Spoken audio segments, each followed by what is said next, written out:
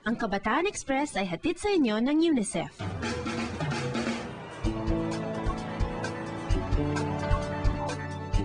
Sa dami ng likas yaman sa Pilipinas, masasabi mo talagang, wow, Philippines! At kung beach ang pag-uusapan, may pagmamalaki natin sa buong mundo, ang Boracay at Palawan. Pero meron pang gusto umabot sa listahan, ang Mangkawayan Beach. Saan ito? Alamin sa ulat ng Camarines Norte Bureau.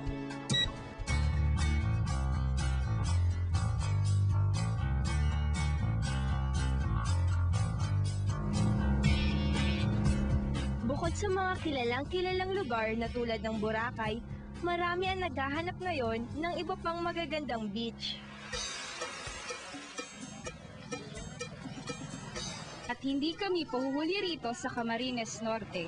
Pinuntahan namin ng ilan sa mga pinakamagandang isla rito, ang Calaguas Group of Islands.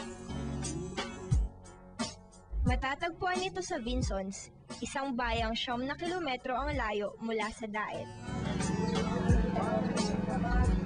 Binubuo ito ng 3 magagandang isla, ang Barangay Mangkawayan, Banukbok at Pinagtigasan. Ang mga ito'y di pa gaanong napupuntahan ng mga turista.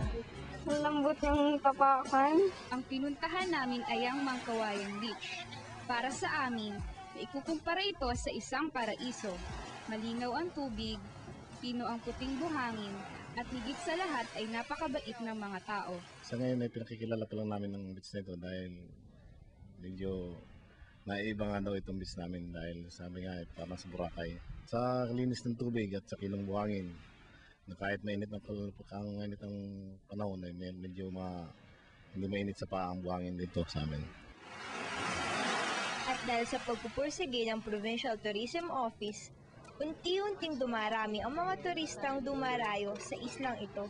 Sobrang ganda nitong island na to. Sobrang linaw ng tubig at nakikita namin yung mga isda kanina. Nag-show sila sa amin kanina parang, para ma-entertain kami. Sobrang ganda talaga. Talagang malinis pa siya. At saka yung corals, sobrang unexploit pa. Kaya it's a good site for diving. Saka yung sand nets, comparable with Boracay White Sand. Talagang very refined and talagang mag-i-enjoy kayo rito. Ang sarap dito. Talagang nature. You're one with nature pag nandito ka sa Calaguas Island.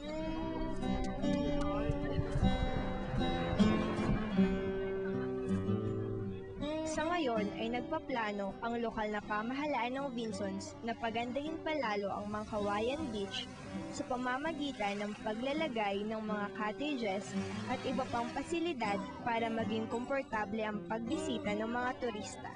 Balak din nilang maglaganap ng impormasyon tungkol sa isla sa pamamagitan ng isang website at mga flyers. Sarap-sarap mag-swimming! Para kaming naligo sa Boracay. Hindi dahil sa KL, hindi ko ito mararanasan. Sana next time kasama na namin kayo. Bye-bye! Bye-bye!